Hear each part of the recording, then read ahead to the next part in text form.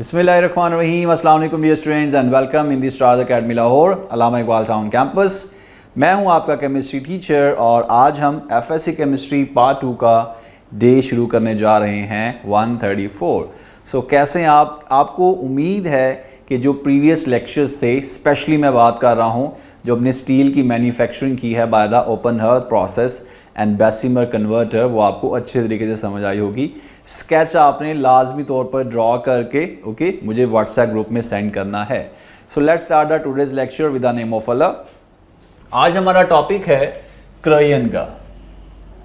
Gujranwala board में reference याद रख लें, 2019 में इसका लॉन्ग क्वेश्चन आ चुका है कि what is meant by corrosion and explain the electrochemical theory for the process of corrosion। ठीक है, याद रखना है आपने बेटा।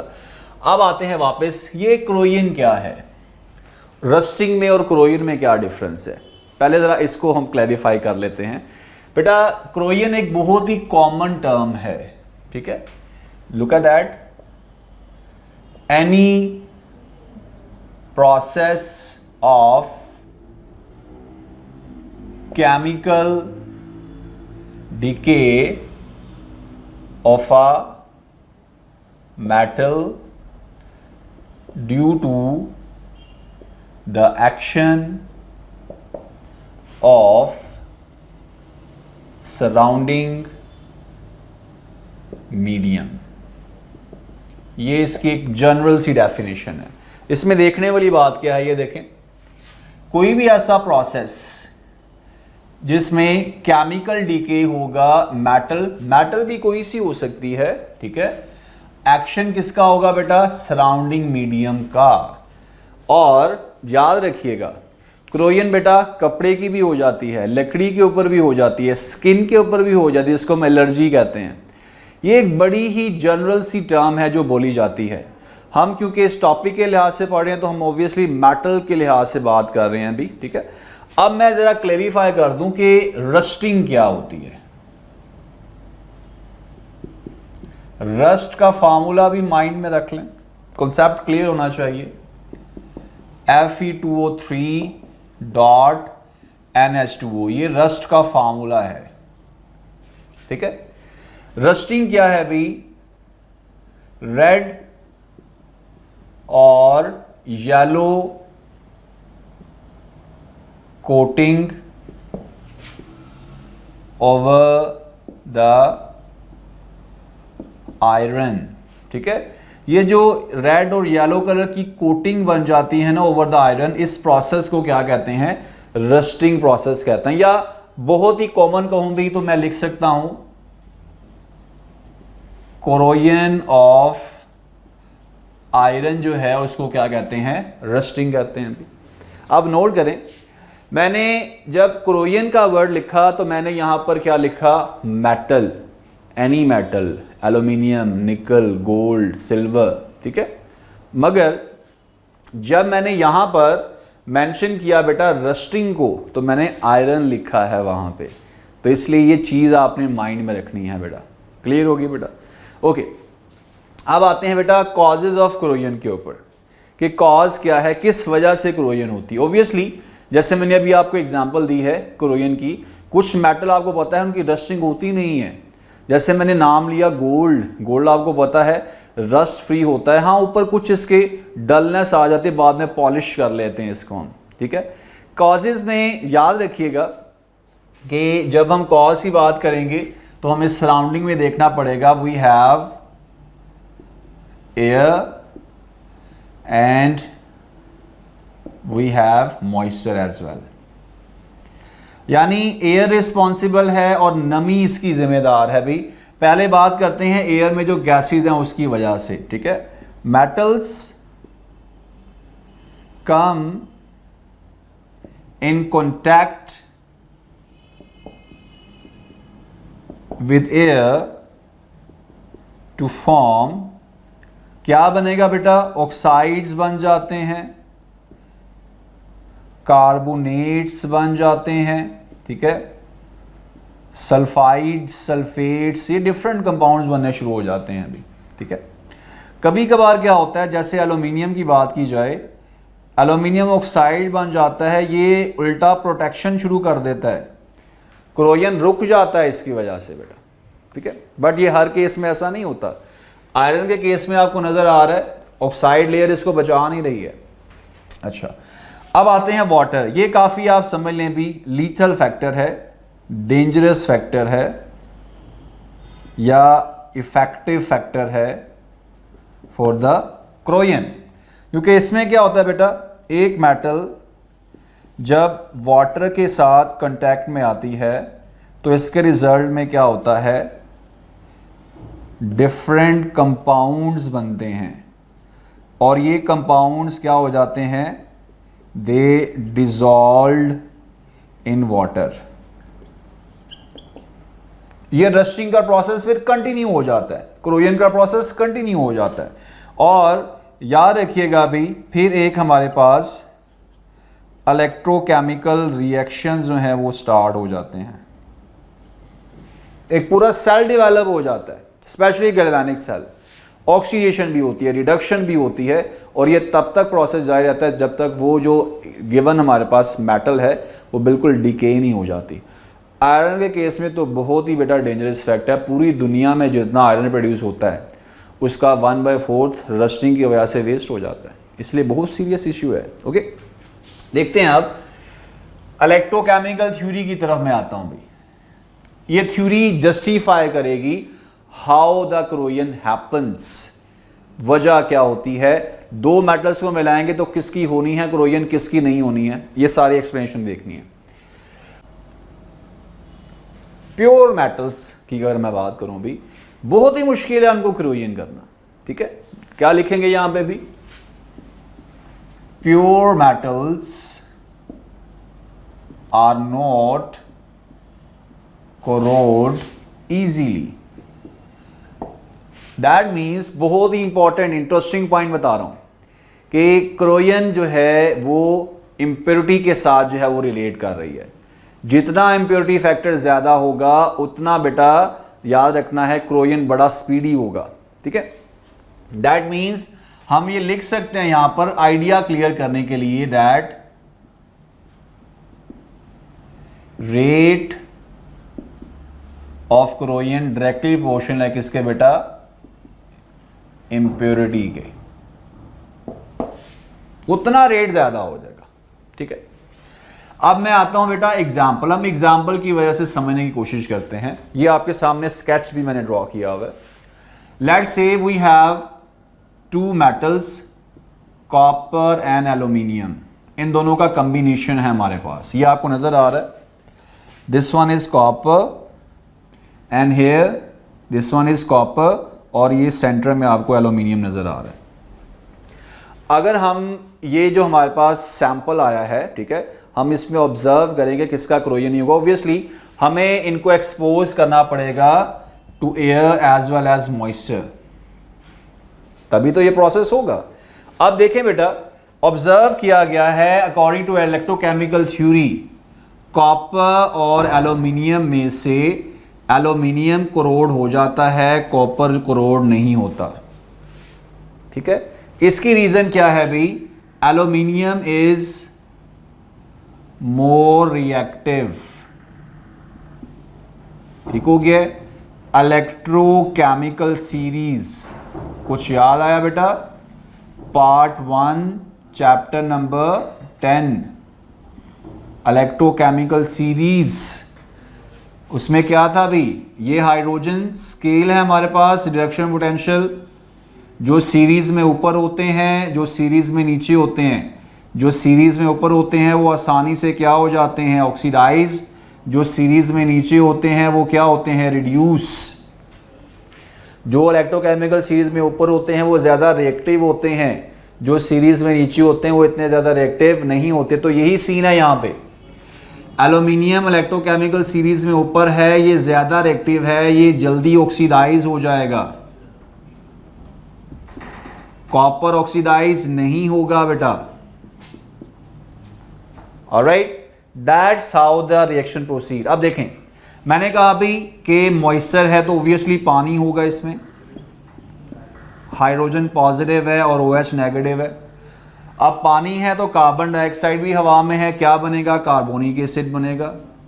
ये कार्बोनिक एसिड डिसोसिएट होगा into the hydrogen ions and bicarbonate ions.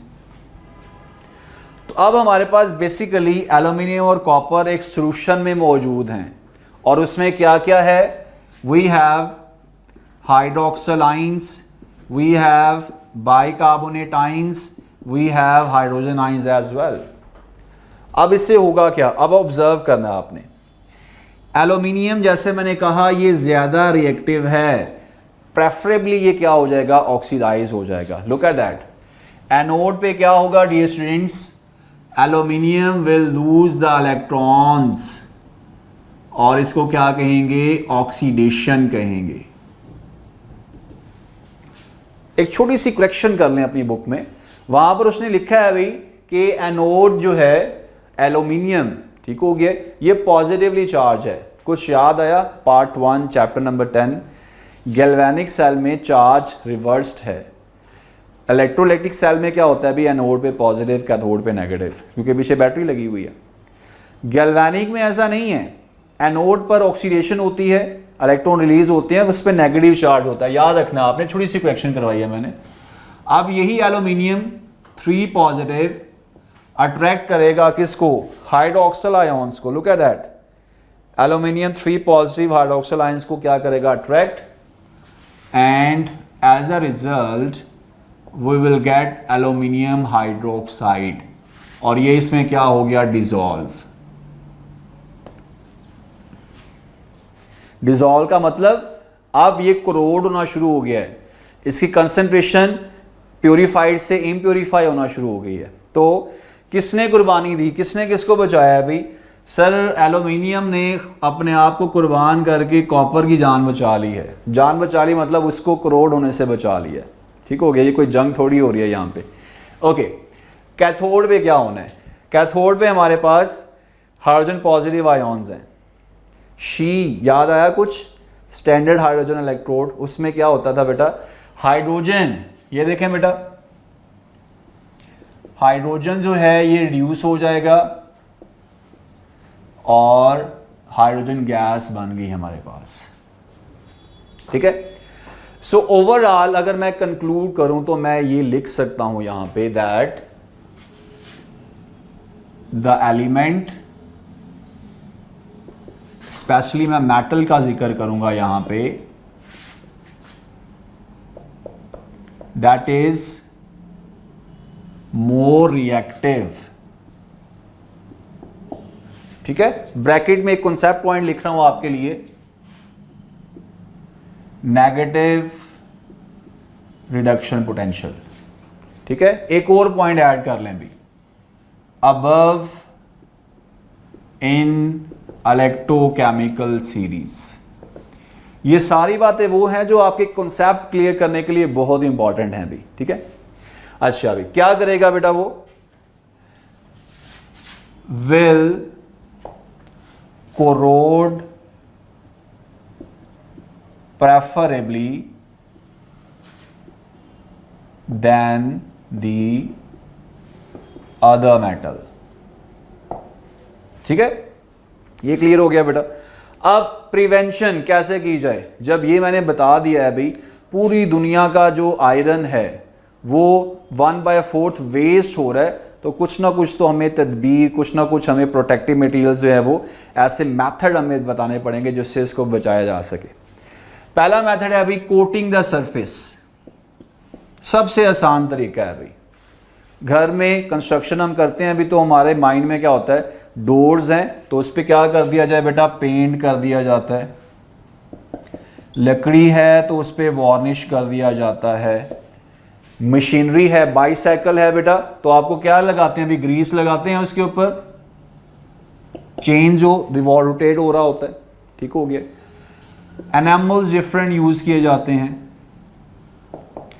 इन तमाम का क्या मकसद है? सर बड़ा अच्छा शाइन आ रहा होता है, ऑब्वियसली डेकोरेशन तो है, साथ साथ प्रोटेक्शन भी की जा रही होती है। अच्छा नेक्स्ट देखें, alloying of a metal. Metals का क्या करते हैं? होमोजीनियस मिक्सचर बना लेते हैं अभी। ठीक है। जैसे स्टेनलेस स्टील है, टिन के कैन्स आप देखते हैं, ब्रास, ये देखें भी कॉपर और जिंक को मिक्स किया हुआ है। और लास्ट है coating of metal with other metal. अब ये क्या है बेटा, ये देखें, जैसे आपने कोई स्पून लिया भाई, ओके, और आप क्या चाह रहे हैं कि इस स्पून जो है इसको बचाया जाए, इसकी कोटिंग की जाए, ठीक है। चांदी के चम्मच आपने सुना होगा भाई, ओल्ड इराक के अंदर काफ़ी यूज़ होते थे, ठीक है, क्योंकि सिल्वर एंटीसेप्टिक है, तो इसके ऊपर कोटिंग की जाती है। ये जो कोटिंग की जाएगी इसके ऊपर, ठीक है, लेट्स से आयरन है, इसके ऊपर हमने जो है वो सिल्वर की कोटिंग कर दी है, ठीक है, या कोई और हमारे पास कोई प्लेट है, कोई ऐसे शीट है, उसके ऊपर हमने जिंक की कोटिंग कर दी है।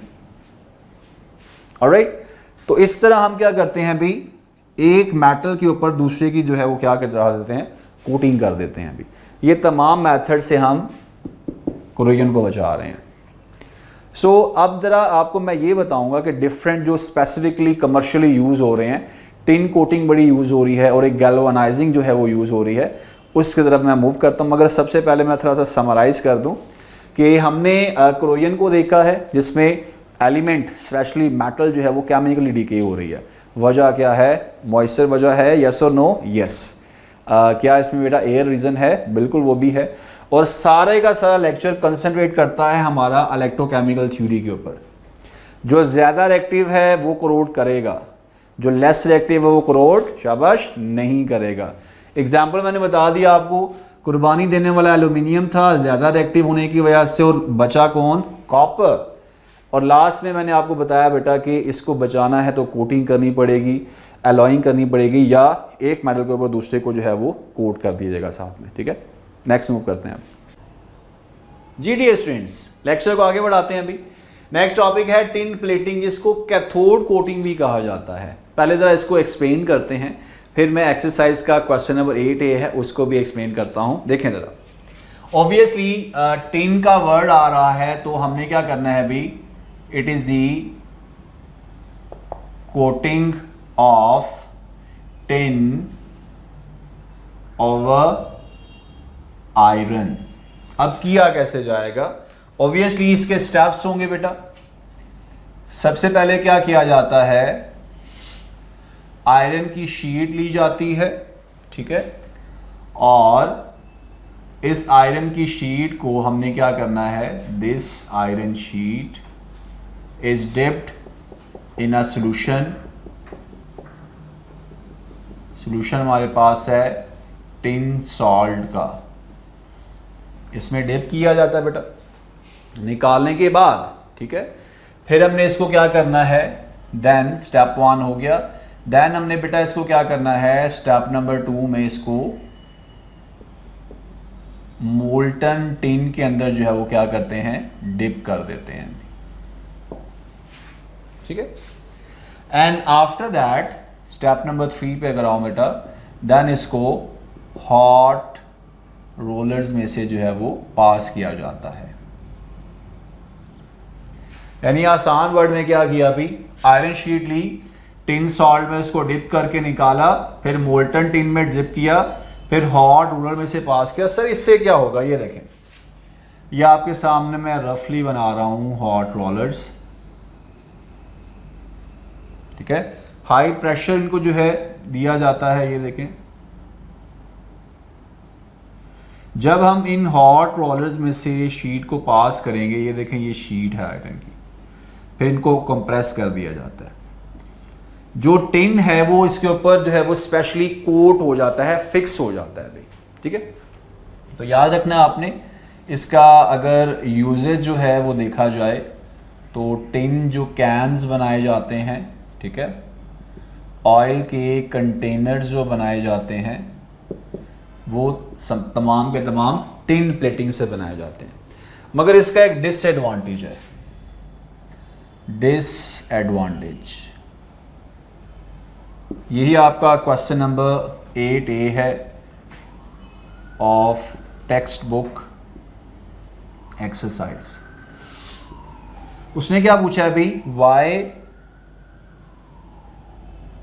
The broken coating of tin cause rapid corrosion of iron। वजह क्या है? ये देखें, ये आयरन की शीट है, हमने इसके ऊपर क्या की हुई है अभी? कोटिंग की हुई है टिन की।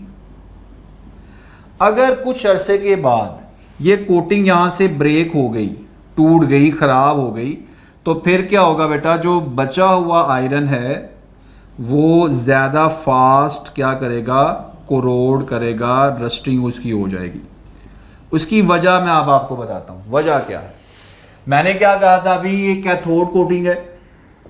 रिएक्टिविटी फॉर्म में देखा जाए, iron is more reactive as compare to tin.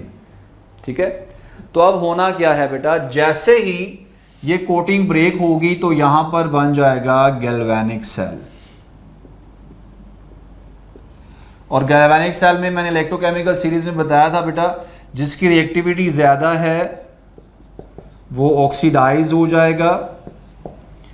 जब ऑक्सीडाइज होगा आयरन, हाइड्रोक्सल आयन से मिलेगा, फेरिक हाइड्रोक्साइड बन गया, ये वाटर में इजीली क्या हो जाएगा? डिजॉल्व। यानी अब अगर नॉर्मल स्टेट में, ठीक है, 10% क्लोरीन का रेट था, अब ये बढ़ जाएगा उससे 20, 30, 40% तक ये जा सकता है, उससे भी ज़्यादा हो सकता है।